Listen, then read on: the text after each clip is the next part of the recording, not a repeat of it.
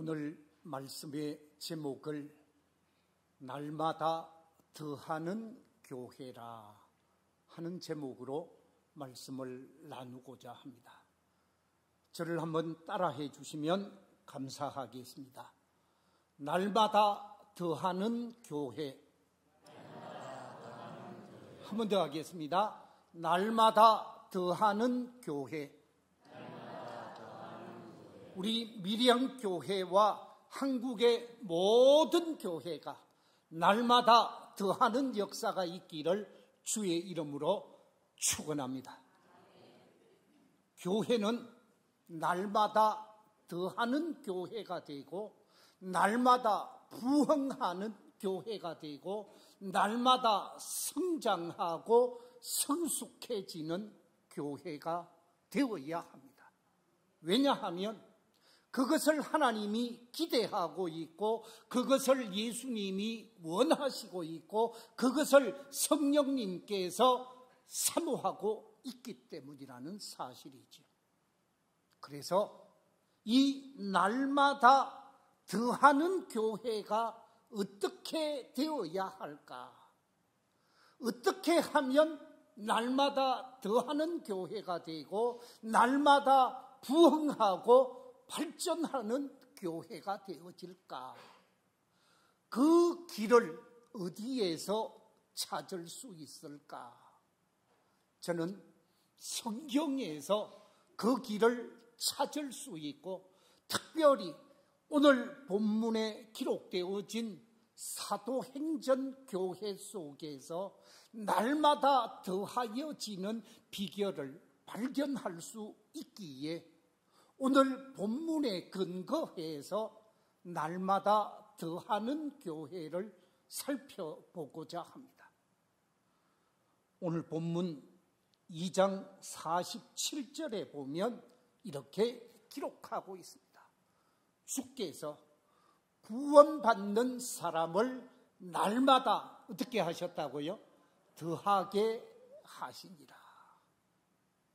예루살렘 교회, 초대 예루살렘 교회가 날마다 더하는 교회, 날마다 부흥하는 교회가 되어졌는데 그 비결이 무엇일까?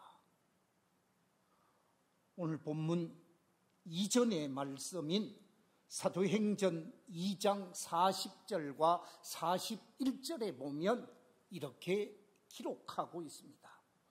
또 여러 말로 확정하며 권하여 이르되 너희가 이 패역한 세대에서 구원을 받으라 하니 그 말을 받은 사람들은 세례를 받음에 이날에 신도의 수가 몇 천이 더하더라?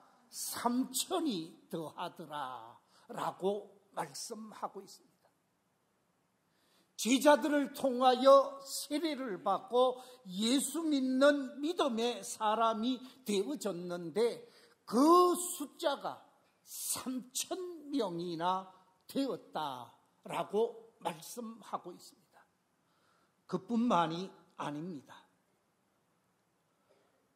사도행전 4장 4절에 보면 이렇게 증언하고 있습니다.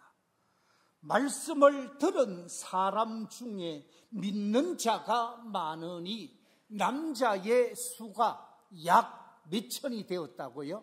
5천이나 되었다 그랬습니다. 그러니까 초대 예루살렘 교회가 처음에 모였던 숫자는 120명이었습니다. 예수님이 부활하시고 성천하시는 그 광경을 지켜보았던 500여 성도 가운데 예루살렘에 있는 마가의 다락방에 모여서 기도하며 성령을 기다렸던 수는 120여 명이었습니다. 그런데 이들이 성령의 은혜를 체험하게 되어지고 사도들의 말씀에 따라서 예수를 믿고 구원을 받게 되어지는데 3천으로 늘어나고 5천으로 늘어나게 되어졌다고 말씀하고 있습니다. 그뿐만이 아닙니다. 사도행전 6장에 가면 더 놀라운 일을 기록하고 있는데 사도행전 6장 7절 말씀 우리 같이 한번 읽어보겠습니다. 시작.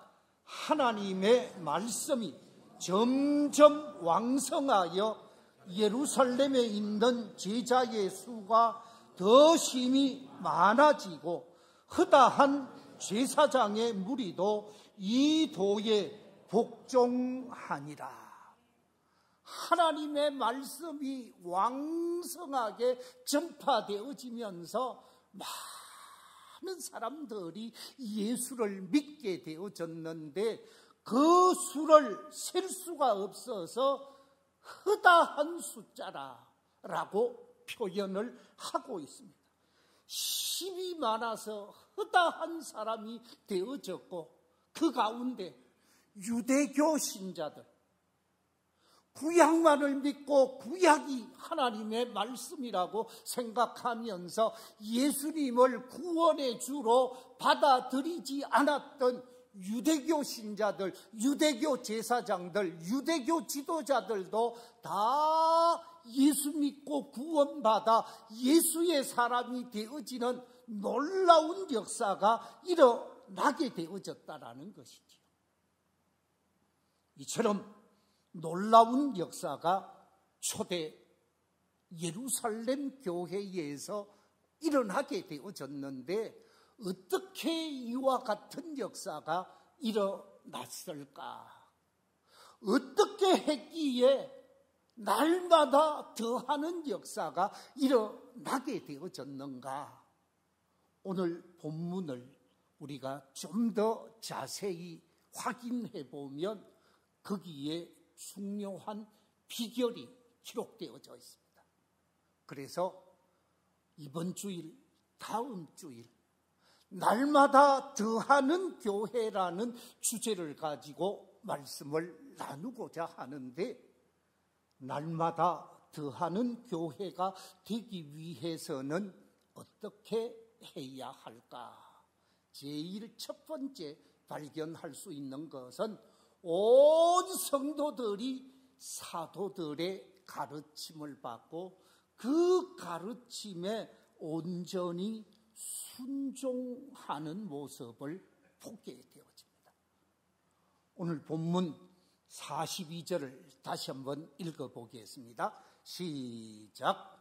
그들이 사도의 가르침을 받아 서로 교제하고 떡을 떼며 오로지 기도하기를 힘쓰니라.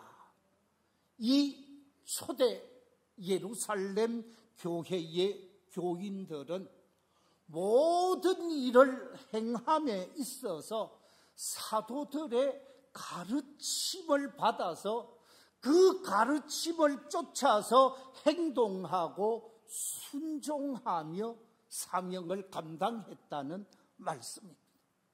사도들의 가르침을 따라 행동했다라고 하는 말은 사도들이 가르친 말씀 중심의 삶을 살고 그 말씀 앞에서 순종하고 복종했다는 말씀입니다.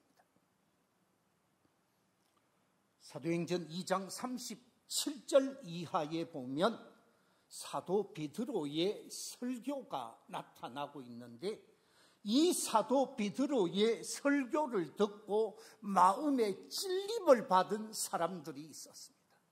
이 마음의 찔림을 받게 된 성도들이 사도 베드로를 향하여 질문을 하게 되어집니다. 어떤 질문입니까? 형제들아, 우리가 어찌하면 되겠습니까? 어떻게 하면 우리가 죄로부터 사함을 입고 구원의 사람, 영생의 사람, 하나님의 사람이 될 수 있겠습니까? 우리가 어떻게 하면 되겠습니까? 라고 질문을 하게 되어지죠. 이 질문을 받은 사도 베드로가 그 다음 38절에서 뭐라고 얘기하고 있는가? 우리 같이 한번 읽어보겠습니다. 시작. 너희가 회개하여 각각 예수 그리스도의 이름으로 세례를 받고 죄 사함을 받으라. 그리하면 성령의 선물을 아멘. 우리가 어떻게 하면 되겠습니까? 어떻게 해야 죄 사함 받고, 어떻게 해야 구원 받고, 어떻게 해야 하나님의 은총을 입게 되겠습니까? 라고 질문했더니 베드로가 하는 말이, 너희 한 사람 한 사람이 먼저 회개하라. 지금까지 살아오면서 잘못된 것, 예수님을 십자가에 못 박고 죽이고, 예수님을 외면하고, 예수님을 대적하고, 예수님과 무관하게 생각했던 것 회개하고 자복하면서 예수 그리스도를 구원해 주러 영접하는 사람이 되어지고, 예수 그리스도를 영접하는 것으로 끝내지 아니하고 성령의 사람이 되어져서 성령의 뜻을 이루는 사람이 되라고 말씀을 하게 되어집니다. 이 말씀을 받게 되어진 온 성도들이 철저하게 자복하고 회개하며 자신의 잘못을 고백하는 회개의 사건이 일어나게 되어집니다. 이 회개의 사건으로 끝나는 것이 아니고, 회개하고 자복했던 이들이 사도 베드로 앞으로, 사도 요한 앞으로, 사도 야고보 앞으로, 모든 사도들 앞에 와서 세례를 받게 되어집니다. 예수 그리스도를 영접하고 예수 그리스도를 구원의 주로 영접하면서 세례를 받게 되어지는데, 회개하고 세례를 받는 순간 성령의 역사가 세례받는 모든 초대 예루살렘 교회 속에 임하게 되어지니까 모든 사람들이 구원의 확신을 갖게 되어지고, 구원의 은총 속에서 감격하면서 변화되어지게 되어지는데, 이 수가 3,000이 되어졌다라고 말씀하고 있습니다. 그렇습니다. 말씀을 받고 그 말씀을 아멘으로 받아들이고 그 말씀 앞에 순종하면서 회개하고 자복하고 세례를 받고 은혜를 받게 되어지면 교회는 부흥하고 교회는 날마다 더하는 역사가 나타나게 되어지는 것이지요. 바라옵기는 이 자리에 계신 우리 모든 성도들이 하나님의 말씀 앞에 철저하게 자신의 죄와 허물을 회개하고 자복하면서 성령의 기름 부음을 받는 복된 성도들이 다 되시기를 주의 이름으로 축원합니다. 사도행전 6장에 보면 초대 예루살렘 교회 속에 심각한 갈등이 나타나게 되어집니다. 왜 교회 속에 갈등이 나타났는가? 사도행전 6장을 자세히 읽어보면 이 사도행전 교회 속에 사도행전 2장에 나타나서 3장, 4장, 5장, 6장으로 이어지면서 아름답게 부흥하고 날마다 더하는 교회가 되어진 이 예루살렘 교회의 갈등의 원인은 딱 두 가지였습니다. 하나는 유다 지역, 예루살렘 지역, 소위 말해서 히브리파 유대인들에게는 성도들의 관심이 가고 사도들의 관심이 가고 사도들의 섬김이 있고 사도들의 구제가 있었습니다. 그런데 이 히브리파 유대인이 아닌 헬라파 유대인, 그러니까 헬라파 유대인이라고 하는 말은 그 당시 팔레스타인 지역에서 살지 아니하고 저 북쪽 시리아 지역에서 살던 사람이라든지 소아시아 지역에서 살던 사람이라든지 유대 지역, 사마리아 지역을 벗어난 다른 이방 지역에 살다가 다시 돌아온 사람들, 외국으로 갔다가 다시 되돌아온 사람들을 헬라파 유대인들이라고 얘기를 합니다. 거기에서 조상 대대로 살고 있었던 사람들은 히브리파 유대인인데 이들에게는 도움이 가고 섬김이 가고 지원이 가는데 이 헬라파 유대인들에게는 전혀 관심도 없고 도움도 없고 섬김도 없고 지원도 없는 거예요. 여러분 한번 생각해 보십시오. 그 땅에 계속해서 살고 있었던 사람이 어려울까요? 아니면 이사 와서 살려고 하는 사람이 어려울까요? 누가 어려워요? 그렇겠지요.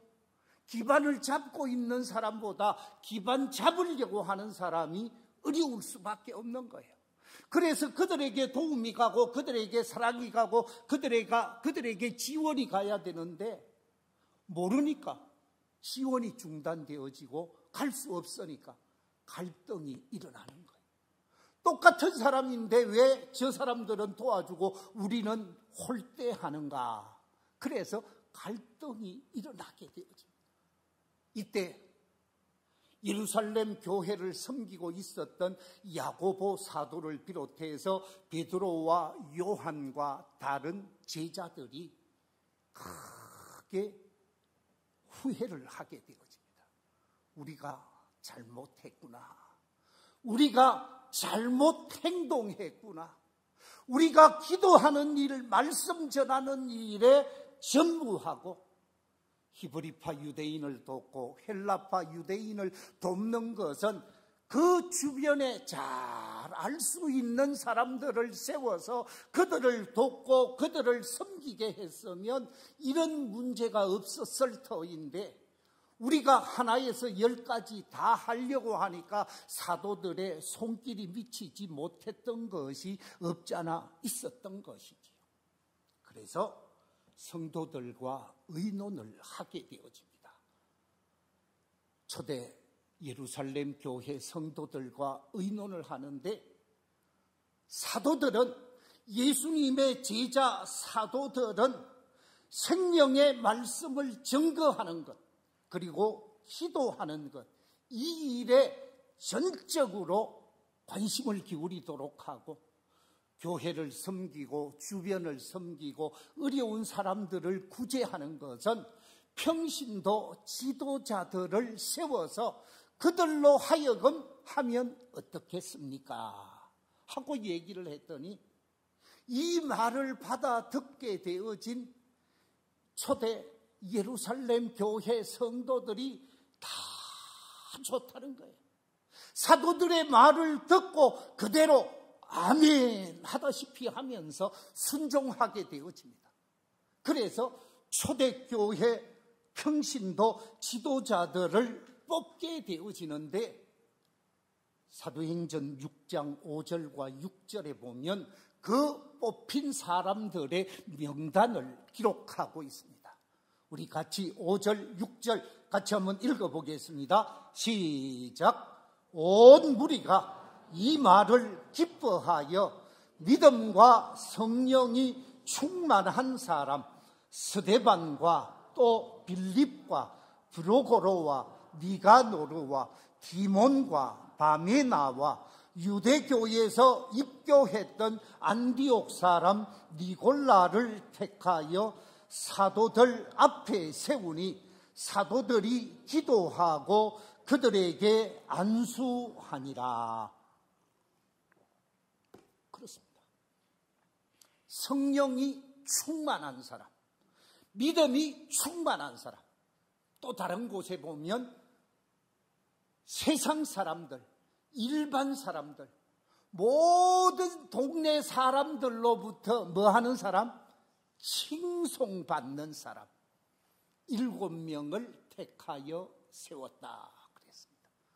성령이 충만하고 지혜가 충만하고 믿음이 충만하고 세상 사람들로부터 인정받고 존경받는 사람들을 세워서 예루살렘 교회 지도자가 되게 했고 그들로 하여금 온 성도들을 섬기게 했다라는 말씀이죠. 한마디로 얘기하면 사도들의 가르침에 그대로 순종했다라는 것입니다.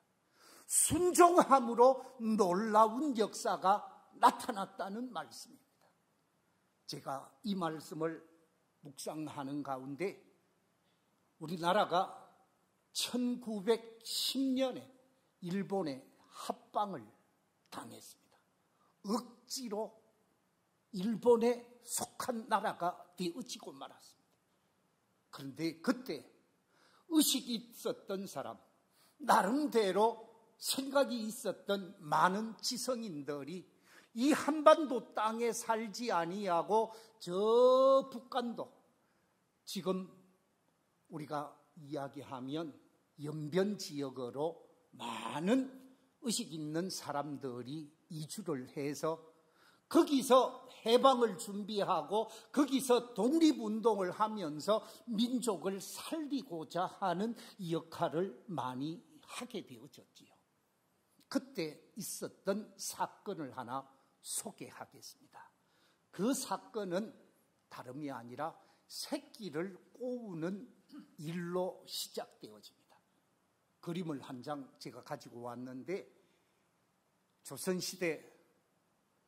조선시대라고 말할 것이 없고, 제가 어렸을 적만 해도 시골에서 밥 먹고 나면 잠자기 전에 각 집집마다 남자들이 하던 일이 뭡니까? 새끼 꼬우는 일이에요. 여성분들은 뭘 했어요? 예? 배를 짰다고요. 배를 짰다고요. 자, 그런데 저 새끼 꼬우는 사건으로부터 이야기가 시작되어집니다. 지주로서 많은 땅을 가지고 있었던 지주어른, 종들을 많이 두고 있었던 이 지주어른이 종들을 불러 모으게 되어집니다. 이제 얼마 있지 아니하면 이 땅을 버리고 북한도로 가기 위해서 종들을 다 불러 모아서 그 종들에게 새끼를 꼬우라고 그랬습니다. 그 종들에게 새끼를 꼬우라고 했더니 어떤 종은 이 혼란한 상황 속에서 새끼는 무슨 놈의 새끼입니까? 그러면서 새끼 꼬우는 일에 전혀 관심이 없는 사람이 있었다고 합니다. 그런가 하면 주인이 시키니까 억지로 새끼를 꼬웁니다. 억지로 새끼를 꼬우니까 새끼를 곱게 꼬울까요? 두껍게 꼬울까요? 어떻게 꼬아요? 두껍게 크게 거칠게 꼬운 거예요. 그런데 그 중에도 신실한 종은 주인이 무슨 뜻이 있겠지. 그 주인이 우리에게 분명한 뜻이 있어서 새끼를 가늘게 꼬우라고 말했을 거야. 그러면서 새끼를 정성을 다해서 다른 잡티가 나타나지 않도록 아주 깨끗하게 새끼를 꼬우는데, 덤성덤성 대충대충 크게 꼬운 사람이 있고, 어떤 사람은 정성을 다해서 새끼를 꼬았습니다. 외출했던 주인이 열흘 만에 집으로 돌아와서 종들을 다 불러 모았습니다. 자네들이 꼬운 새끼를 가지고 나를 따라오게. 그러면서 자신을 따라오라는 거예요. 그러니까 꼬운 저 새끼를 가지고 주인을 따라가게 되어집니다. 한 곳간에 갔더니 곳간의 문을 활짝 여니까 거기에 동전이 수북하게 쌓여 있었다고 합니다. 내가 열흘 전에 자네들에게 부탁한 대로 자네들이 꼬운 새끼에 이 동전을 다 쑤서 넣도록 했습니다. 그러니까 안 꼬운 사람들은 가지고 해봤자 손으로 조금 가지고 갈 수밖에 없었고, 새끼를 꼬았는데 너무 두껍게 꼬운 이 종들은 거기에다가 밀어 넣으려고 하다가 시간 다 보냈다라는 거예요. 그런데 새끼를 가지런히 곱게 꼬운 그 사람들은 거기에 동전을 다 꽂아서 가지고 가기 힘들 정도로 무겁게 가지고 가서 사는데 지장이 없었다 하는 이야기입니다. 무슨 얘기입니까? 주인의 말에 순종한 종은 복이 되었고 축복의 주인공이 되어졌지만, 주인의 말에 불순종한 종은 불행한 사람이 되어지고 가슴을 치며 후회하는 사람이 되어졌다는 말씀입니다. 그렇습니다. 교회도 하나님의 말씀 앞에 철저하게 순종하면 그 영혼이 잘되고 그 삶이 복되고 그 미래가 복될 수 있고 그 교회가 복된 교회가 되어지고 날마다 더하는 교회가 되어진다는 말씀이지요. 우리 교회의 모든 성도들이 사도의 가르침에 받아 순종한 예루살렘 교회 성도들처럼 말씀에 순종하면서 축복의 주인공들이 다 되시기를 주의 이름으로 축원합니다. 두 번째, 날마다 더하는 교회가 되기 위해서는 어떻게 해야 할까? 오늘 본문 말씀에 보면 온 성도들 상호 간에 아름다운 교제가 있어야 할 것을 말씀하고 있습니다. 오늘 본문 42절 다시 한 번 더 읽어보겠습니다. 42절 말씀 시작. 그들이 사도의 가르침을 받아 서로 교제하고 그랬습니다. 사도의 가르침을 받아 서로 교제하는데 방금 나온 그림처럼 예수 그리스도의 품 안에서 온 성도들이 함께 위로하고 함께 축복하고 함께 사랑하면서 아름다운 교제, 행복한 교제가 교회 속에 있어야 한다라는 말씀입니다. 오늘 이 말씀 속에서 교제라는 말이 등장하고 있는데 이 교제라는 말은 헬라어 원어에 보면 코이노니아라는 단어를 쓰고 있습니다. 이 코이노니아라고 하는 말의 의미는 사귐을 나타내고 친교를 나타내는데 이 사귐과 친교를 좀 더 구체적으로 설명을 하면 가족의식, 공동체의식을 가지고 서로 사랑하고 서로 섬기고 서로 격려하고 서로 위로하고 서로 축복하면서 서로가 도우며 삶을 살아야 한다. 교회 공동체, 교회 성도들은 서로 섬기고 사랑하고 위로하고 축복하는 아름다운 섬김의 공동체가 되어져야 한다는 말씀입니다. 여러분, 교회가 무엇입니까? 교회는 이 건물을 일컬어서 교회라고 하는가? 그렇지 않습니다. 교회라고 말할 때 이 교회라는 말, 에클레시아라고 그러는데 이 에클레시아라고 하는 말은 합성어입니다.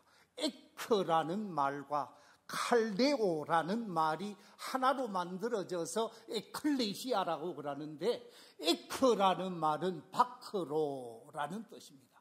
바크로. 그 다음에 칼레오라는 말은 부르다, 불러내다 그 말입니다. 그래서 에클레시아라고 하는 합성어가 되어질 때 바크로 부름을 받은 사람들을 교회라고 합니다. 세상 속에 흩어져 있었던 많은 사람들, 우리 교회에 속한 500여 성도들이 전 지역에 흩어져 있지만 다 교회로 부름을 받아서 교회 공동체가 되어지는데 이 교회 공동체 어린이로부터 어른에 이르기까지 모든 성도들이 아름다운 교제, 아름다운 섬김, 아름다운 돌봄이 이루어져야 한다라는 말씀입니다. 예수 그리스도의 피로 맺어진 형제요 가족입니다. 예수 그리스도의 몸에 붙어 있는 지체와 같은 존재이지.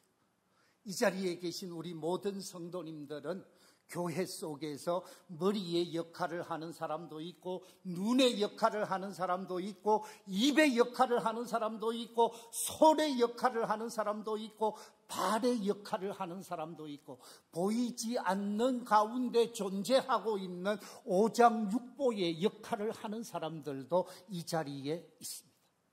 모든 지체가 서로 연결되어지고 연합되어지면서 각자 역할을 잘 감당하면서 서로가 서로를 잘 섬겨야 하는 것입니다. 제가 한 2달 전 4월 되어지면서 몸이 너무 피곤한 거예요. 몸이 피곤한 거는 괜찮은데 설교를 하게 되어지고 설교를 마치게 되어질 때 목이 가는 거예요. 목소리가 이상해지고 해서 그냥 있어서 안 되겠다. 우리 교인들한테 설교할 때 목소리가 안 좋게 보이면 덕이 아닐 것 같다 해서 병원을 갔습니다. 병원에 가서 이 검사 저 검사 검사를 하는 가운데 병명을 발견했습니다. 갑상선이 우리 목에 이 갑상선 조그만한 게 있잖아요. 나비 같은 갑상선이 있잖아요. 이 갑상선이 제 기능을 온전히 감당하지 못하면 우리 몸 전체가 어려움을 당한다라는 것을 이번에 제가 몸소 체험을 하고 있습니다. 목소리가 가는 것뿐만 아니라 저는 운동을 하고 다이어트를 해서 살이 빠지는 줄 알았는데 지금 제가 한 8kg 정도 지난 4월부터 8kg 정도 살이 빠졌습니다. 왜 그런가 했더니 이 갑상선 기능 항진증이라는 이 병이 이 갑상선을 통해서 호르몬이 나오는데 호르몬이 내 몸을 적당하게 항상성을 유지하도록 나와야 되는데 너무 과하게 나온다라는 거예요. 이 호르몬이 너무 과하게 나와가지고 그 호르몬이 내 몸을 조절하는 것이 아니라 내 몸을 공격하는 자가 면역에 문제가 생겨지면서 내 몸에 근육도 빠져나가게 하고 내 몸에 지방도 빠져나가게 하고 살도 빠져나가게 하면서 힘이 없게 하고 목소리도 가게 하고 어렵게 한다는 거예요. 이야, 이 목에 붙어 있는 갑상선 하나가 제 기능을 온전히 발휘하지 못할 때 심각한 장애가 몸 전체에게 일어난다라는 사실을 알게 되어졌습니다. 그렇습니다.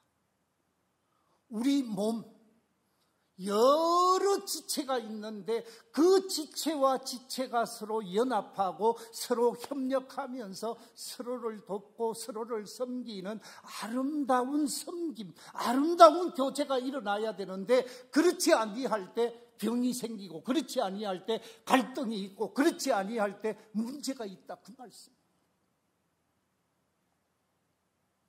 초대 예루살렘 교회는 어떠했는가?